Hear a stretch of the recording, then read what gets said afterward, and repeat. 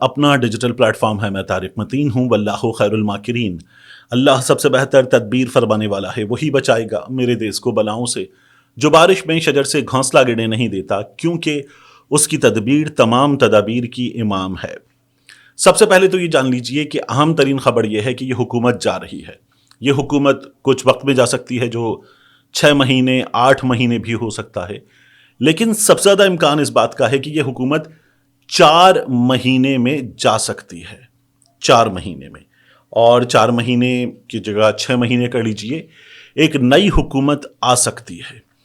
یہ جو مذاکرات کی بات ہو رہی ہے ہر طرف سے، ان مذاکرات میں ظاہر ہے کہ کچھ نہ کچھ تو طے کرنے کے لیے بیٹھنا ہے. تو پاکستان تحریک انصاف کی طرف سے کیا طے کرنے کے لیے بیٹھنا ہے؟ اگر پیشگی شرائط کی تلوار نہ بھی ہو کہ ہماری شرط یہ ہے کہ ایسے ہوگا تو ہم بیٹھیں گے، یا پھر ہمارا مطالبہ یہ ہے، تو بھی مذاکرات کس چیز پر کرنے ہیں، یہ بنیادی بات ہے. یعنی شرط کے ساتھ بیٹھنا ہے، سخت موقف، مطالبے کے ساتھ بیٹھنا ہے، فرم پرعزم موقف، اور مذاکرات کرنے بیٹھنا ہے. تو مذاکرات کرنے بیٹھنا ہے کامن ہے، سخت موقف پرعزم موقف بیٹھنا ہے، یہ کامن ہے. تو بیٹھنا کس چیز پر ہے؟ ہمیں ہمارا مینڈیٹ واپس کیجیے. مینڈیٹ واپس کیا ایسے ہوگا کہ ٹھیک ہے جناب، یہ آپ جیتے تھے انتخابات، آپ لے لیجیے. اگر ایسے ہوتا ہے تو پھر تو اس وقت میڈیا کے ہاتھوں، صحافیوں کے ہاتھوں، سوشل میڈیا کے ہاتھوں، خاص طور پر پی ٹی آئی کے لوگوں کے ہاتھوں، ایک عام آدمی کے ہاتھوں ذلیل ہوتی حکومت، جو بلکہ اب فیصل واؤڈا کے ہاتھوں بھی ذلیل ہو رہی ہے. وہ جو سسٹم میں بٹھائے گئے سسٹم کے نمائندے ہیں، ان کے ہاتھوں بھی ذلیل ہو رہی ہے. تو یہ حکومت اگر یہ کہے اچھا ٹھیک ہے جناب مینڈیٹ آپ کا ہے، آپ لے لیجئے، تو اس کی ذلت کی تو انتہا ہو جائے گی. میاں نواز شریف جو ووٹ کو عزت دو کا نعرہ لگانے والے آدمی تھے، انتہائی تذلیل ہے. تو کیا ایسے ہوگا؟ نہیں. حکومت کو یہ تو اندازہ ہے، اس حکومت کو، شہباز سرکار کو، یا ان کے ساتھ پیپلز پارٹی کو، ایم کیو ایم کو، یہ تو اندازہ ہے کہ جانا ہے. ہمارے سر پر ایک چیز رکھ دی گئی ہے، ہمارے گلے میں ایک ڈھول ڈال دیا گیا ہے، اب ہمیں یہ ڈھول بجانا ہے. نواز شریف کے سر پہ گوبر کا ٹوکرا رکھ دیا گیا ہے، ٹوکرے میں سے گوبر نیچے گرتا چلا جا رہا ہے، اپنے قدموں پر، اپنے جسم پر، اپنے کپڑوں پر بھی آ رہا ہے. اور جہاں نواز شریف جا رہا ہے، وہ جو پیروں کے نشان ہوتے ہیں اس کی جگہ گوبر کے نشان بتاتے جا رہے ہیں کہ یہ نواز شریف جا رہا ہے.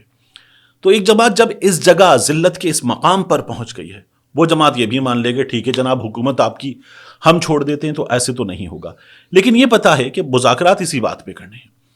تو پھر چلیے جناب کچھ ایسا کرتے ہیں، کچھ سیٹنگ بناتے ہیں کہ ہم نئے انتخابات کی طرف کیسے، کن حالات میں کس طرح جائیں گے. اس دوران لڑائی لڑتے رہیں گے، ایک دوسرے کو جھوٹا کہتے رہیں گے، بات چیت چلتی رہے گی، لڑائی بھی چلتی رہے گی، یہ سب ہوتا رہے گا. لیکن کوئی چیز کرتے ہیں، نئے انتخابات، نئے فیصلے کی طرف جاتے ہیں. آپ دیکھیں میاں جاوید لطیف بار بار یہ کہہ رہے ہیں کہ یہ حکومت تو ہمیں دی گئی ہے، یعنی جو حکومت میں ہیں انہیں حکومت دی گئی ہے. فیصل واؤڈا کہہ رہے ہیں کہ اگر آپ کو زبردستی بٹھایا گیا تو کیا آپ کی کنپٹی پہ بندوق رکھی ہے، آپ چھوڑ دیں حکومت. فیصل واؤڈا اس وقت پیپلز پارٹی کے لیے کام کر رہے ہیں. سسٹم جا رہا ہے، ختم ہو رہا ہے.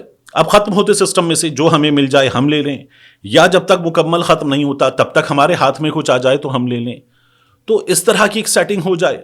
زرداری صاحب کوشش کر رہے ہیں بلاول بھٹو کے نام کے ساتھ ایک بار وزیر اعظم بلاول بھٹو آ جائے، کیونکہ اس وقت انہیں اندازہ ہے کہ جو عوام کا مزاج ہے، اس مزاج میں بلاول بھٹو کے ساتھ وزیر اعظم لگانا، یہ ٹائٹل لگانا ممکن نہیں ہے. سندھ میں ووٹ پڑ سکتا ہے، انٹیریئر سندھ سے بھی ووٹ پڑ سکتا ہے، گو کہ اب وہ بھی بڑا ڈیمیج ہوا ہے، مگر پڑ سکتا ہے. تو بلاول بھٹو کی جماعت کی حکومت سندھ میں ایک بار پھر بن سکتی ہے. اب ذرا مشکل ہوگا لیکن اب بھی بن سکتی ہے. باقی کیا بلاول بھٹو زرداری اس لیول آف مقبولیت کے ساتھ وزیر اعظم بنے گا؟ نہیں. تو کہیں ان ہاؤس چینج میں، کسی جگہ، کسی سیٹنگ میں اپنا حصہ آ جائے، یہ کوشش ہو رہی ہے. فیصل واؤڈا یہ کوشش کر رہے ہیں، سسٹم کے کچھ نمائندے یہ کوشش کر رہے ہیں. کیا بلاول بھٹو زرداری کو مل سکتا ہے؟ مجھے اس کا چانس بہت ہی کم لگتا ہے. ہمارے ہونے کو تو کچھ بھی ہو سکتا ہے، لیکن اس کا چانس بہت ہی کم لگتا ہے. کیا یہ سسٹم چل سکتا ہے؟ یہ کوشش ضرور کی جا سکتی ہے کہ اس کو جاری رکھا جائے.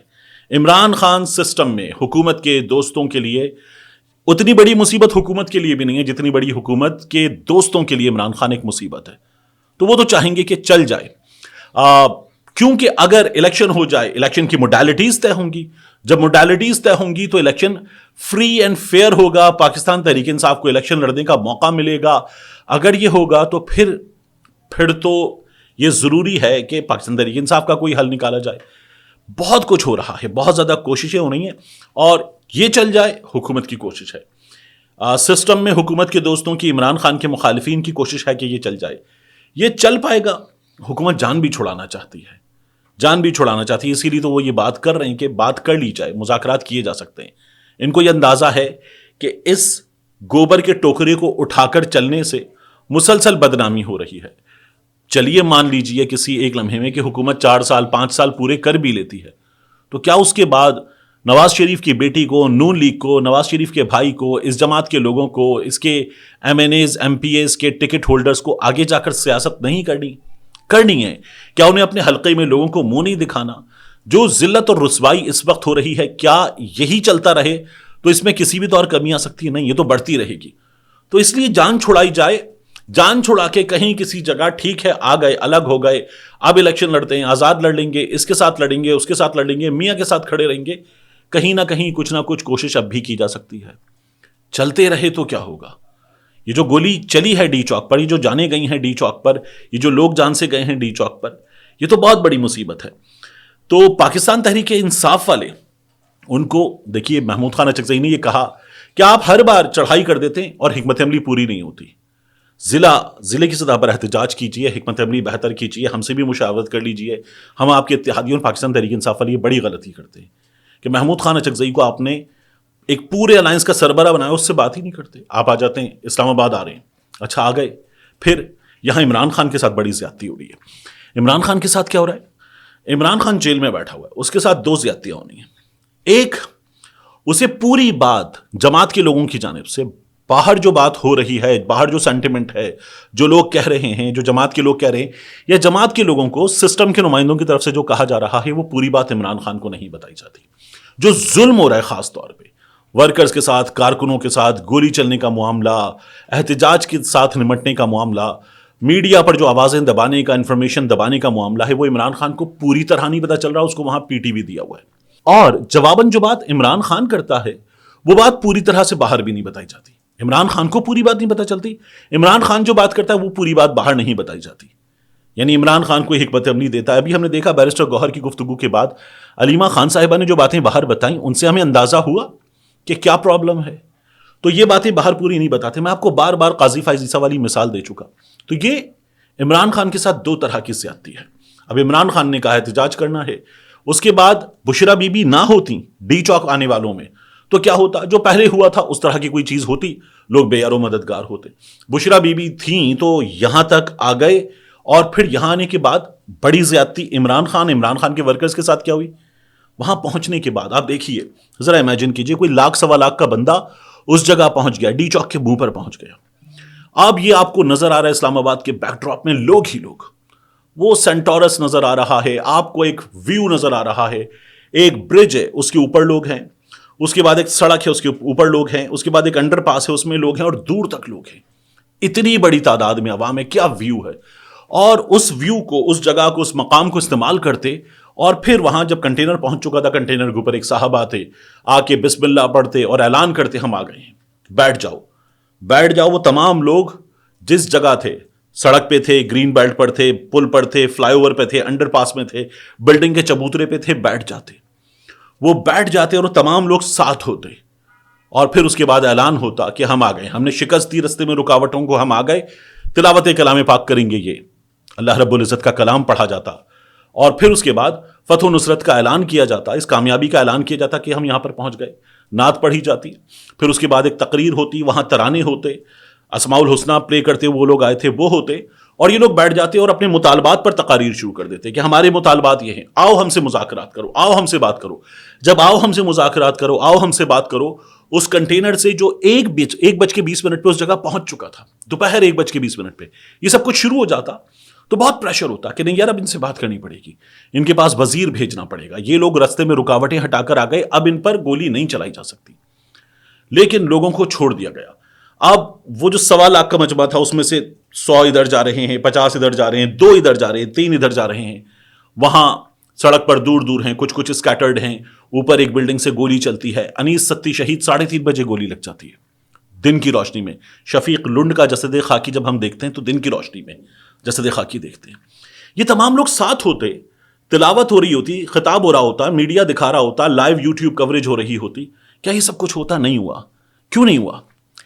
علیمہ خان صاحبہ، بشرا بی بی صاحبہ کہتی ہیں کنٹینر سے یہ سب کچھ شروع کیا جائے، ہم کہہ رہے تھے نہیں ہو رہا تھا. یہ کس کی ذمہ داری تھی؟ خیبر پختونخوا حکومت یہ تمام چیزیں لے کر آئی تھی، ان کی ذمہ داری تھی کہ وہ یہ شروع کرتے، نہیں کیا گیا. اخندزادہ حسین کا ہم نے کوئی شام 6:30 بجے کے آس پاس کا یا 6 بجے کے آس پاس کا بیان دیکھا تھا، جس میں یہ کہہ رہے تھے کہ ہمارا جنریٹر خراب ہو گیا، ساؤنڈ سسٹم خراب ہو گیا، ہمیں دے دیا جائے. کیا یہ جھوٹ بولا جا رہا تھا؟ اخندزادہ حسین جو ہے ان کو غلط بتایا گیا تھا، ایک ساؤنڈ سسٹم منگایا جا رہا تھا 6 بجے، 1:20 پہ یہ سب کچھ کیوں نہیں ہو رہا تھا؟ اس سے کچھ دیر پہلے تک تو جب آپ وہاں پہنچ رہے تھے یہ سب کچھ جاری تھا. تو یہ بڑی عجیب و غریب صورتحال تھی. حکمت عملی کا فقدان ہی تھا. یہ حکمت عملی ہوتی یا پھر اس کو کرنے سے منع کیا گیا تھا. جو لوگ آ رہے تھے اور پچھلی بار بھی آتے آتے نہیں آئے تھے، ان میں سے کوئی کمپرومائز تھا کسی کے کہنے پر. تو حکمت عملی کا فقدان ایک بہت بڑا مسئلہ. اب بیرسٹر گوہر کہہ رہے ہیں میڈیا سے گفتگو کرتے ہوئے ہم مذاکرات کریں گے، مذاکرات کی میز پر آنا پڑے گا. پہلے یہ کہتے تھے ہم ان سے مذاکرات کریں گے جن کے پاس تمام طاقت ہے. اب آپ مذاکرات کر رہے ہیں حکومت کے لوگوں سے، حکومت کے لوگ بھی بات کرنے پر تیار ہیں. میں نے کہاں سے بات شروع کی تھی؟ شرائط رکھیں، یہ مانو گے تو بات کریں گے، ایسے نہیں ہوتا، نہیں ہو پائے گا. مطالبات رکھیں. آئیے آپ کے مطالبات پہ بات کر لیتے ہیں. کچھ مطالبات سے آپ پیچھے ہٹیں، کچھ سے ہم پیچھے ہٹتے ہیں. مطالبات کے سلسلے میں کچھ حکمت عملی اختیار کرتے ہیں، کتنے دنوں میں کرنا ہے اس کو طے کرتے ہیں. آپ اپنا یوم شہداء منائیے. یوم شہداء مناتے ہوئے آپ لوگ جو سول نافرمانی کی کال ہے اس کے لیے اب ہمیں پھر ایک ڈیڈ لائن دے دیجیے گا، ایک الٹیمیٹم دے دیجیے گا، تب تک ہم موڈیلٹیز طے کرتے ہوئے آگے بڑھتے ہیں. یہ چیز کی جا سکتی ہے اور یہ چیز ہونے جا رہی ہے. اگر کچھ رکاوٹیں نہ ہوں تو یہ چیز ہونے جا رہی ہے. یہ چیز ہو جانے میں الٹیمیٹلی بات ہی کرنی ہے، فائدہ ہے. اس طرح سے آگے بڑھنا پڑے گا پاکستان تحریک انصاف والوں کو بھی، حکومت کو بھی، جو طاقتوں کا ساتھ دیتے ہوئے اس وقت ذلتوں کی پستی میں گرتی چلی جا رہی ہے. کیا نکل پائے گی؟ نہیں نکل پائے گی. پاکستان تحریک انصاف کا نقصان کیا ہے؟ دیکھیے پاکستان تحریک انصاف اس وقت حکومت سے باہر ہے، زیر عتاب ہے. پاکستان تحریک انصاف حکومت میں نہیں آئے گی، زیر تاب رہے گی، تو یہ پاکستان تحریک انصاف کا نقصان ہے. لیکن اس کی یہ حالت پہلے بھی ہے، یہی حالت رہے گی. بدلے گا کیا؟ کچھ بھی نہیں. حکومت میں تو ہے لیکن سیاسی طور پر غیر مقبول ہوتی جا رہی ہے، ذلیل ہوتی جا رہی ہے. مزید ہوگی تو یہ حکومت کا نقصان ہے. الیکشن جب بھی اگلا ہوتا ہے تو نون لیگ اور ذلیل ہوگی. کیا ایک بار پھر نون لیگ اسی طرح سے انتخابات کے نتیجے میں حکومت میں آ پائے گی؟ پوری دنیا میں حکومت کا جو اس وقت مذاق اڑ چکا، ڈھول بج چکا، کیا یہ پھر کرنا ہے؟ بہت مشکل ہے، نہیں ہو پائے گا. جو سرور باری چیخ رہے ہیں، جو انٹرنیشنل میڈیا چیخ رہا ہے، جو نیشنل میڈیا چیخ رہا ہے، جو سوشل میڈیا چیخ رہا ہے، اس کے بعد یہ ہو پائے گا؟ نہیں ہو پائے گا. تو پھر مزید ذلیل ہوں گے. یہ لوگ بھی جان چھڑانا چاہتے ہیں. ان کو حکومت کے اپنے نمائندے، سسٹم کے اپنے نمائندے ذلیل کر رہے ہیں، تو یہ ذلت سے جان چھڑانا چاہتے ہیں. سب نکلنا چاہتے ہیں. کہیں کسی ایک جگہ کچھ چیزیں طے ہو جائیں، جان چھڑا لی جائے. لیکن مشکل ہو رہی ہے. اگر فوراً ایسے ہٹ جائیں تو پھر ذلت ہی ذلت ہے کہ ہار گئے اور پھر اس کے بعد مزید ہاریں گے. تو کہیں نہ کہیں سیف ایگزٹ اس حکومت کو بھی چاہیے. کہیں تھوڑی سی عزت رہ جائے، الگ ہو جائیں. پاکستان تحریک انصاف والوں کو کہیں نہ کہیں کسی نہ کسی جگہ 2 قدم پیچھے ہٹنا پڑے گا. حکومت 2 قدم آگے بڑھ کر بات چیت بہتر کرنے کی کوشش کرے، سیف ایگزٹ لے، انتخابات کی طرف جائیں. اس بارے میں کانسنسس ڈیولپ ہو رہا ہے. جب یہ ڈیولپ ہو جائے گا تو ہم انتخابات کی طرف جا رہے ہیں. Somewhere around mid of next year. یہ ایک پرابیبل پکچر ہے. اس پرابیبل پکچر میں ہمیں الیکشن نظر آ رہا ہے. پاکستان تحریک انصاف کو 2 کام کرنے ہیں. ایک، عمران خان تک صحیح انفارمیشن دینی ہے، عمران خان کی انفارمیشن باہر صحیح پہنچانی ہے. 2، آپس کے اختلافات چھوڑ کر یہ جو باقی لوگ ہیں جہاں دیدہ ہیں پارلیمان میں، ان لوگوں کے ساتھ مل کر چلنا ہے. سسٹم پیچھے ہٹ چکا ہے. تو اور سسٹم کس وجہ سے پیچھے ہٹا ہے؟ لاشیں گرنے کی وجہ سے. ان لاشوں کا انصاف پاکستان تحریک انصاف کو سب سے بڑھ کر لینا ہے. یہ لینے سے پاکستان تحریک انصاف جس کی پوزیشن اس وقت مقبولیت کی ہے، مزید مقبول بھی ہوگی. اپنے کارکنوں کو احساس تحفظ بھی دے گی، احساس تفاخر بھی دے گی کہ ٹھیک ہے، یہ ہمارے ساتھ کھڑے ہونے والے، ہمارے لیے کھڑے ہونے والے، ہمارے لیے لڑنے والے لوگ ہیں. ان کے ساتھ مزید کھڑا ہوا جا سکتا ہے. یہ سوچ پیدا ہوگی. پاکستان تحریک انصاف کے لیے بہتر ہے حکومت مزید تذلیل سے بچے. حکومت کے لیے بھی بہتر ہے، ملک کے لیے بھی بہتر ہے. سیاسی دم استحکام یہ جو ہے یہ ختم ہو سکتا ہے اور لوگوں کی حکومت ہوگی تو یہ اس کے بعد ہی آ سکتا ہے. ایسے بڑھا جائے تو ممکن ہے، وگرنہ اس وقت جس طرح سے چل رہے ہیں چلیں. آپ کو بین الاقوامی سطح پر کوئی قبولیت نہیں مل رہی، آگے جا کے پریشر ہی آئے گا. آپ کو معاشی فرنٹ پہ کوئی کامیابی نہیں مل رہی، آگے جا کے مزید ناکام ہوں گے. آپ کو اس وقت ملک میں اپنے ہی عوام کو مارنا پڑ رہا ہے، یہ جاری رکھیں گے، مزید مارنا پڑے گا لوگوں کو، مزید آپ لوگوں کی نفرتیں سمیٹیں گے. ان تمام چیزوں سے نکلنے کا حل یہ ہے کہ بیٹھیں، 2 قدم پیچھے ہٹیں، 2 قدم آگے بڑھیں، چیزیں طے کریں، اور پھر اس کے بعد اس سلیٹ کو جو گندی ہو چکی ہے، لوگوں کے لہو سے داغدار ہو چکی ہے، اس سلیٹ کو دھوئیں، معافی مانگیں اور نئے سرے سے آغاز کریں. ملتے ہیں انشاءاللہ آپ سے اگلی ویڈیو.